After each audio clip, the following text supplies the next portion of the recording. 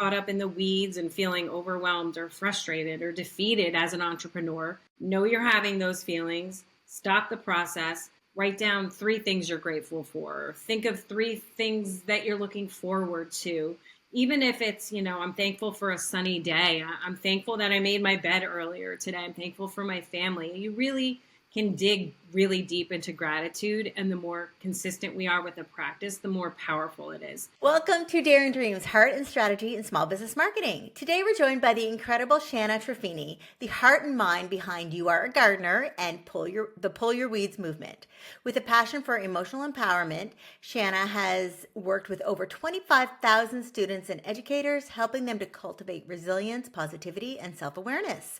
Through her book, her blogs, and school programs, she's on a mission to spread seeds of positive change. Get ready to be inspired as we dive in with Shanna.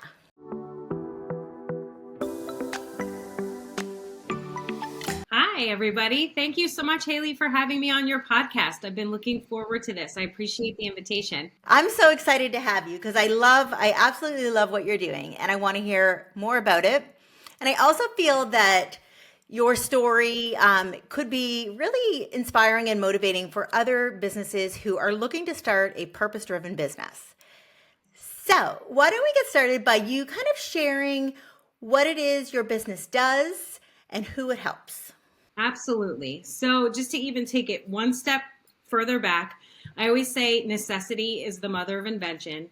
And You Are a Gardener was born out of finding a positive way to connect my children with emotional empowerment, help them grow through life's everyday challenges, as we call it, turning weeds into seeds. So when my kids were 5 and 7 years old, and they're now 13 and 15, I had been working with a colleague who compared stress and anxiety to watering your weeds. And at the time, my daughter, who was 7, had a lot of weeds. And it was a light bulb moment, and I just felt really inspired and made a connection in my mind about watering your weeds. So I sat my kids down that same night, and I just said, do you guys know that you're gardeners? And you are growing the most beautiful gardens inside of yourselves. And in our gardens are our flowers, which is our joyful feelings, happy thoughts, our gratitude. But all gardens have weeds. It's a natural fact. And the weeds in our garden are the things that make us feel sad or scared or mad, the uncomfortable emotions, the negative feelings. And I just said, as gardeners, we got to pull those weeds out of our gardens. And the best way we can do that is talking about it with trusted sources and use gardening tools, which we'll dig into later. But just at that moment, my kids, opened up and said, this happened at school, that happened at school. And we started talking about small little things they encountered that day that wouldn't sound like a big deal overall. But as we talked about it, I could see their shoulders come down. I could see them just feeling a little more confident and empowered with the conversations. And that was a life-changing moment for me, because that same night I wrote a poem. It's called You Are a Gardener. And how that poem and the mindset of You Are a Gardener changed our lives in a very rapid way is what inspired me to get out there and self-publish my book, as well as around the same time, I started working with my children's teachers and just developed a whole educational program rooted in You Are a Gardener's mindset and vocabulary. So over the last 7.5 years, it's grown into a book, the Pull Your Weeds blog, educational programs. I do workshops for families, for teachers. It just keeps on growing, and it's just a movement that we're trying to raise awareness of emotional empowerment and resilience. Wow. I love that because I also started my business because of my kids, for my kids. So my story was a little bit different in that for me, I was always told that I could do and be anything I wanted to do or be. But I knew that my mom wasn't doing what she wanted to be doing. And so when my kids were, how old were they? 7 and 9, I think. I decided that actions speak louder than words, and that I needed to go and show them through my actions that you can be anything you want to be. And so they were kind of the inspiration behind Marketing on Purpose. And so I totally get like the kid thing. It like changes I mean, it changed the trajectory of my career for sure. What were you doing before you started doing this? So, and I'm still doing it now, but for the last 24 years, I'm the COO of a women's clothing boutique with 2 locations in New Jersey. So we have a team of over 20 women and lots of beautiful, fashionable, wonderful local clients. And I do everything from the hiring, the training, marketing, advertising, everything but the buying and the selling. That's what the owner does. That's what she's wonderful at. We just both have a very yin and yang relationship, which is why we've been together for so long. So when it came to You Are a Gardener and wanting to self publish a book, I really took a lot of those marketing tools that I was using for my company and plugged it into You Are a Gardener with the newsletter, with the blog, social media, video content, branding. Branding's everything, and then that's just how it started to grow. So it's a very similar formula. I'd say we could be selling, clothes, books, tires, you name it. It's just a very plug and play. It's plug and play when it comes to marketing and advertising. So I was very comfortable in that realm. So tell me a little bit about your brand and how it evolved and anything you can about your brand strategy. When You Are a Gardener started in 2017, as I said before, my kids were 5 and 7. And the branding has just evolved so much over the years as they've grown. My branding and marketing has grown as I've grown. So it started out as a children's book, children's platform. And since then, it has blossomed into, I call, a program and a mindset for gardeners of all ages. Because as I create content, as I travel to schools, I've been realizing with my kids, everything we did when they were 5 or 7 with communicating and talking openly about our emotions and feelings to using, we call gardening tools, which are coping strategies, positive ways to move forward and grow. Uh, all the gardening tools we were using when they were 5 and 7, we're still using today. Vision boards, journaling, deep breathing, gratitude exercises. So the marketing and the branding has really evolved where it was started out very youthful, very energetic, young branding. It's really evolved into, it still looks a lot like a children's program with our fox and cartoon, but I try and have it visually branded to attract, any age group really. So the marketing has definitely evolved and it just keeps growing. As we get older, it grows with us. So how do you get people to, like you said, you're doing a lot of workshops at schools. How did that come about? Again, that's necessity is the mother of invention. It really started with my own children and working with their teachers and coming into the classrooms and doing little workshops for their particular classrooms. And then it would kind of branch out to my coworkers. Oh, can you come into my child's preschool? My children are Montessori graduates, so I would work with some Montessori schools. And it just kind of naturally started to evolve. Everything about You Are a Gardener has been a very organic, natural process. Like I said before, I still have a whole other career. And there's just something about what I do that I don't want it to feel forced. I want it to be helpful, hopeful, and rooted coming from a really good, positive place. So it really started out with word of mouth, but over the years, as the marketing's gotten more dialed in, I'm adding new people to our newsletter every week. People are joining our newsletter. Social media is a very powerful tool. YouTube, video content. There's so many powerful tools out there right now that I just feel like are getting sharper and sharper. So are you doing all the marketing for this yourself? Yes. And also for the other business? Are you doing the marketing for the other business? For the other business, I have a team. So what would you say is the best use of your time from a marketing perspective for this, for You Are a Gardener? I have to say I absolutely love Canva. I don't know if you use Canva. I think it's one of the most valuable marketing tools out there. I use it for design. I use it for writing my content. I use the AI to help edit my content.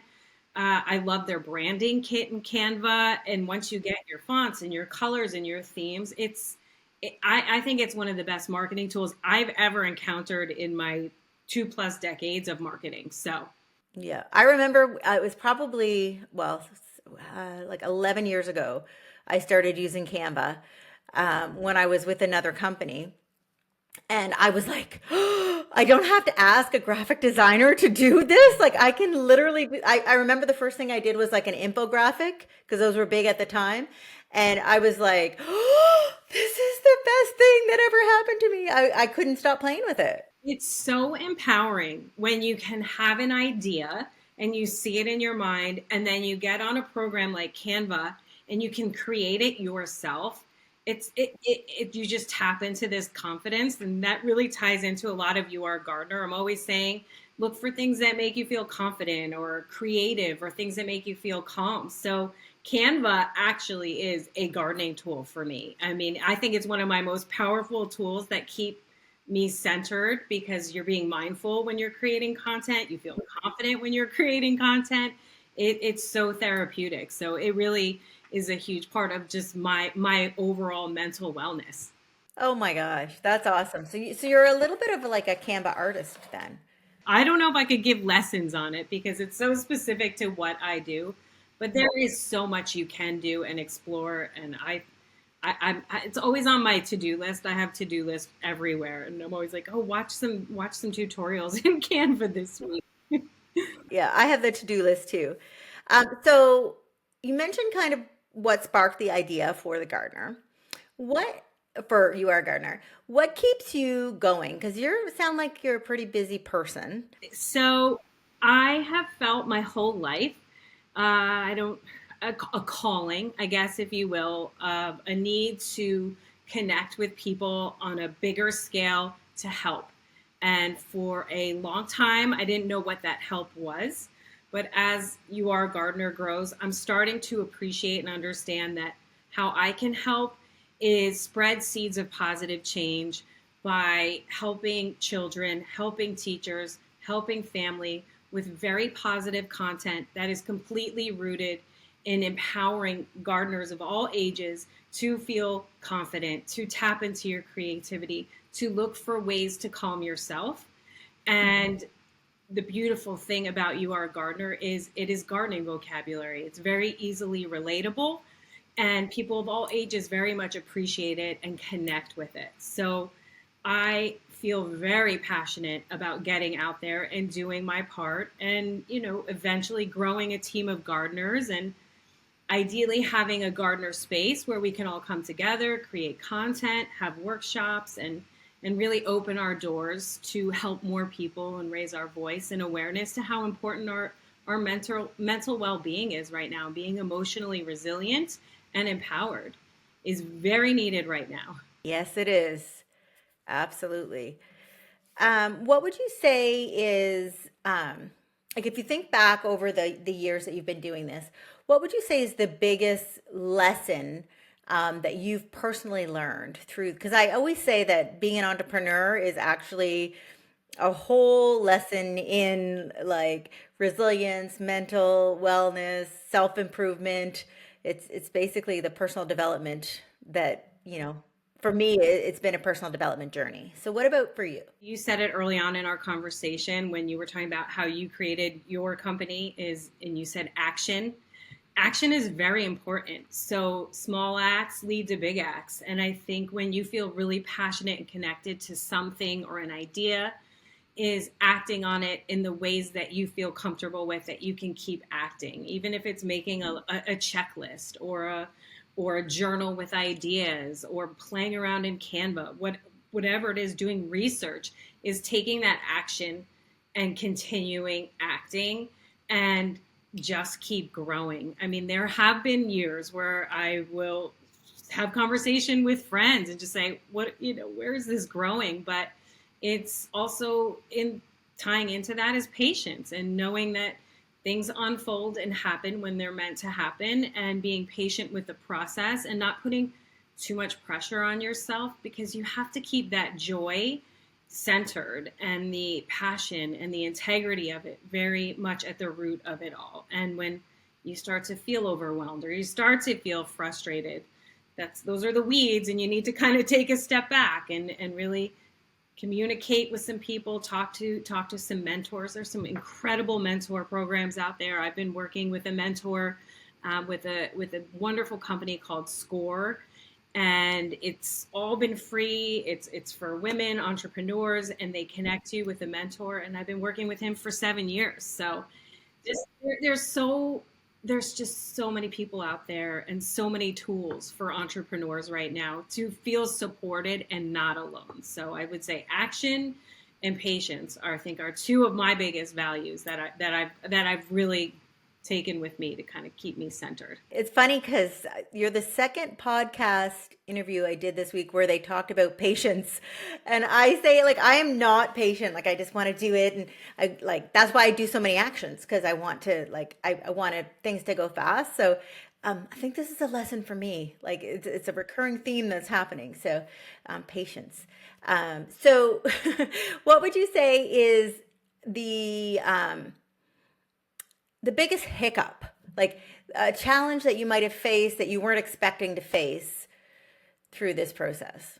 Um, Not having a team. So for You Are a Gardener, it's really myself and my incredibly talented illustrator. She's also my videographer, my editor. She'll help me with a lot of stuff, but she lives in Ohio and she has a whole other career. So a lot of a lot of it has been doing it all yourself. Sometimes that does feel overwhelming, and even though you remind yourself to be patient, I do know the difference of having a team and doing things independently. So I'd like to think that right now I'm working in a process where I'm starting to see the talent that I would need to help me grow. So I now can see an agent of some sort to help me book assemblies and book signings, where I would love to connect with a video editor and make some, consistent video content. It's all the things you want to do, and when you're only one person, you can't do it all. So you have to prioritize, not multitask, just constant. Those lists, I'm just constantly shuffling the priority all the time. I'm in the same boat, and I think a lot of the listeners of this show are like they're solopreneurs or very micro businesses. And so a lot of us are doing our own marketing. So we can relate to that, that struggle. Social media is tough too, because I think that uh, we have a very successful social media strategy for the company I'm with, for the boutique, and for You Are a Gardener. Sometimes it's hard to post consistently, and even though with the scheduling, there's so many great things available. Sometimes it's hard to be consistent, and it Instagram I find is challenging for me, for You Are a Gardener, and feeding that. So I do like to diversify my marketing efforts with the blog, with the newsletter, with YouTube. Just I don't want to put all my eggs in that Instagram basket. So yeah, You just have to be on it a lot. I always say get off your phones, get off the screens. I don't want to be doing the same thing. So it's a blessing and a curse because it's so powerful and wonderful to connect. However, it's something that, I don't want my children on their phones all the time. So I can't do it if I don't want them to do it. And I think a lot of small business owners are really struggling with the sheer amount of different platforms that they can be on, the different things that they have to put on, the fact that everything is all video now.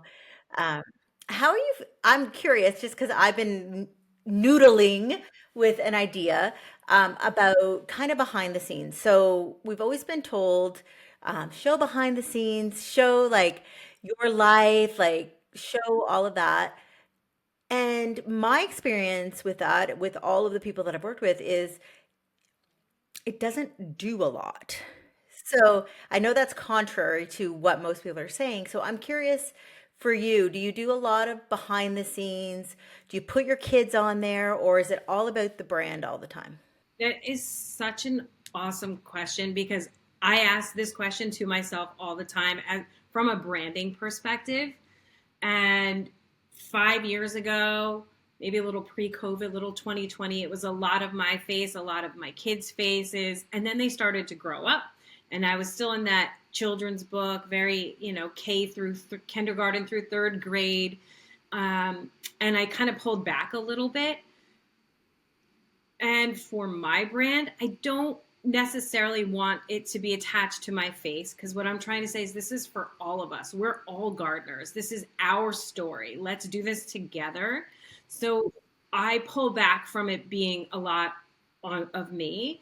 If I do a behind the scenes, it's, behind the scenes at an assembly or, shipping some books. I will have my kids come out sometimes and make some videos because again, we still make vision boards. Aiden's always cooking. It's a very strong gardening tool for him because he loves to cook. It builds his confidence. It keeps him focused. It gives us time together.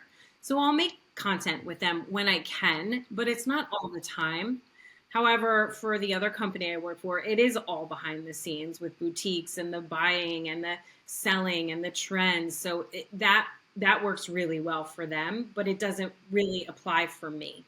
But would you, for the other company, would you share about the owner's life and the employees' lives, like not related so much to the business, I guess is where I'm going.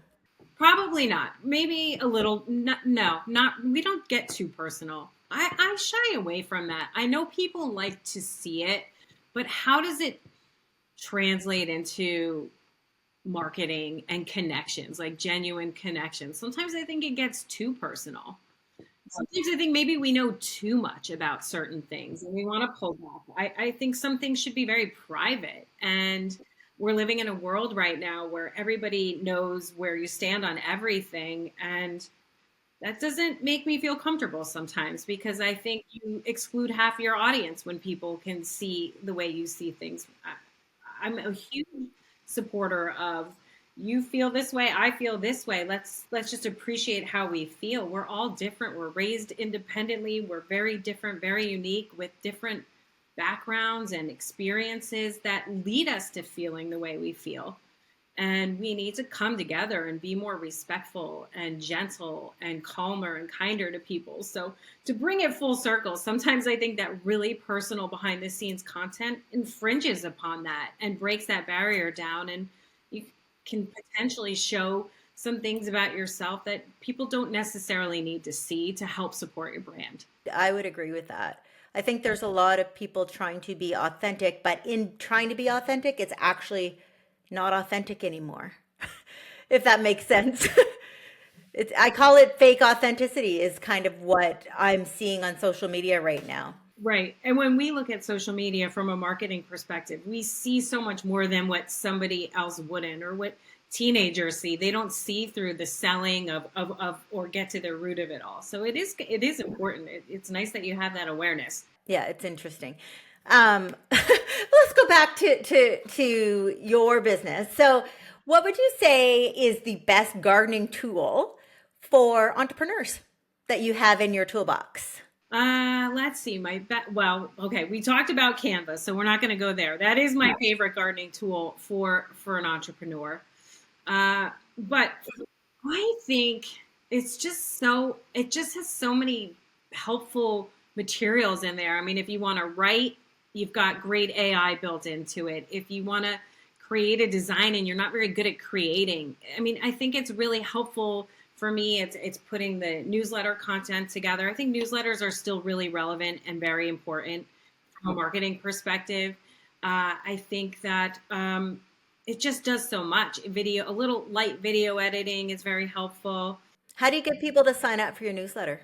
So I mean, I have the pop-up box on my website, which I do think those, as frustrating they are as a user, sometimes they really are helpful they work. And whenever I work with schools, I'm always, getting their teachers to jump on board and their families. So when I work with a school, I create a private web link for their teachers with a ton of resources and activities, very curated collection for the teachers to keep it growing in the classroom. And I'll do that for families. And it all just comes back to, get on the newsletter every Friday because that's when the content comes out. So a lot of it's word of mouth. And so it does naturally grow. So I do think that. But going back to my favorite gardening tool, though, for me personally, which does help me as an entrepreneur, is gratitude exercises. They are, I think, some of the most powerful gardening tools because they really ground you and they force you to be mindful. So if you're caught up in the weeds and feeling overwhelmed or frustrated or defeated as an entrepreneur, know you're having those feelings, stop the process, Write down 3 things you're grateful for. Think of 3 things that you're looking forward to. Even if it's, I'm thankful for a sunny day. I'm thankful that I made my bed earlier today. I'm thankful for my family. You really can dig really deep into gratitude. And the more consistent we are with the practice, the more powerful it is. And I feel that we could all use a little bit more gratitude in our gardening toolbox. So, a lot of people listening to the show might be pre-entrepreneurship. So, just thinking about starting a business. I know that fear creeps into that, imposter syndrome, all those things. So, what would you give to them as advice to be able to actually do what they want to do? So when I work with children, I have a little part of the assembly or the program, and it's called Plant Your Dreams and Watch Them Grow. I am extremely passionate about the fact that I believe with my whole heart we are all born with beautiful gifts inside of ourselves that are very unique to us. And exploring the things that we're interested in, being curious about the things that we're passionate about. Keep doing that. Keep growing with that. It's unique to you. Just because other people are doing it doesn't mean you're not going to do it better or differently. So that's where I would say start there. Really know you're really passionate about something. You have a connection to something. That would be my first step. And I would say lists are a very powerful tool in the beginning phases. Where do you see yourself now? Where do you see yourself in 3 months, 6 months, 9 months? Work with those vision boards. Just start putting them together. Don't worry about the how you're getting there. Put the real seeds in the ground. This is a goal. This is attainable. I can see myself doing this in 3 months. This might take 2 to 3 years. So goal those out. Be patient. Take action. What are you seeing for your business in the next, 5, 10 years? What's your vision? Well, when I'm planting the dreams for You Are a Gardener, we have big dreams. I want to grow something really significant, something very powerful that makes a real, genuine connection with a much wider audience. But I am being very patient with that process. But I would love at some point to get a space, to have a team, to have a destination where families and teachers and kids can come together. We can explore gardening tools. We can have workshops, create some really powerful, positive content. And maybe 10 years from now, we have a few of those centers. So I really want to get those seeds out there. I think this is where we're growing right now. I think it's what the world needs is calmer, confident, creative people who are out there spreading seeds of positive change. Oh, I love it. I love it. Okay, so what would you say is the hardest thing that you've had to do, either personal or business wise, since you started this business? Well, patience is definitely hard. I know it's a foundation of everything, but that can be frustrating. Being patient with the finances and having things come together. I've been very blessed that when I need some seed money, I'll get an assembly booked. Things have just been wonderfully filling in at the right time. So as much as I say patience is everything, sometimes it is hard to be patient, but I don't want to look too far down the road and really keeping my goals and progress in a really positive mindset, not putting too much pressure on myself, because you can start to do that. And is this not happening at the right time? Am I getting it out there fast enough? I'm sure you heard me say, I really want to help. I really do. It's at the root of all of this is getting out there and helping people. So sometimes I feel that I'm not helping enough people at times. So how do I turn my volume up? I get that. I get that. That's why I wrote my book, and I think it's good that you have your book as well, because that allows people who aren't in your vicinity to really get the message, right? So is there another book in, like, are we going to have a series, or is this a one-off? I have a lot of other children's books written in the notes in my phone that are unrelated to You Are a Gardener, but I'm so passionate about You Are a Gardener right now. I'm putting all my creative energy into growing that. Eventually, when we have that magnificent You Are a Gardener's headquarters in space, and there's a team there to help. I would love to be able to put out some more children's book. I am actively working on a adult version of You Are a Gardener. So when I say adult, it's really teenagers, anybody. I'm not going to make it too advanced, but something that just kind of takes the gardener rules and puts them into a book where people a little outside kindergarten through eighth grade might want to pick it up and get inspired. Nice. I think that's all I have for questions for you. Do you have any other thoughts or anything you would like to share?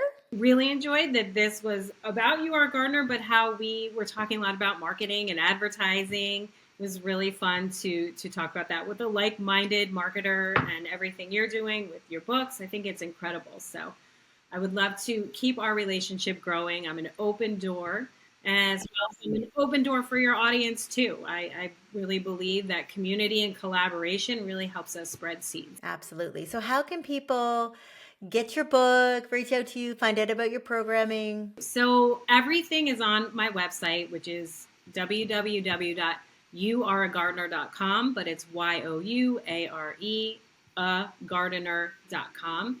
That's where you can find the Pull Your Weeds blog. You can get a copy of the book, information about our assemblies, reviews on our programs. It's all in there. Fabulous. And I don't want to plug any specific programs, but are you using Talkadot? No. You need to check out Talkadot. You will love it. So Talkadot, for those of you guys who do workshops and speaking gigs and stuff like that, it's a platform that allows you to get feedback from your speaking gigs. And then you can give them, I know you have the link with all the bonuses. You can give them the bonuses for their email in exchange for their email. There's questions about referrals. They only work with speakers. So it's very tailored to speakers. Anyways, I found it very helpful for my speaking business. And like just filling the funnel of referrals, like from people that maybe you wouldn't have referred to. They liked you, but they didn't even think about it. So it's a nice, I'll put it in the show notes for those of you guys who are doing workshops. It's a really cool tool. We'll definitely explore that. Thank you. And like you said, referrals and testimonials, they're so powerful. So yeah, I mean that's really how we grow. So Yeah, absolutely. Okay, Shanna. Well, thank you so much. And this has been another episode of Daring Dreams. thank you.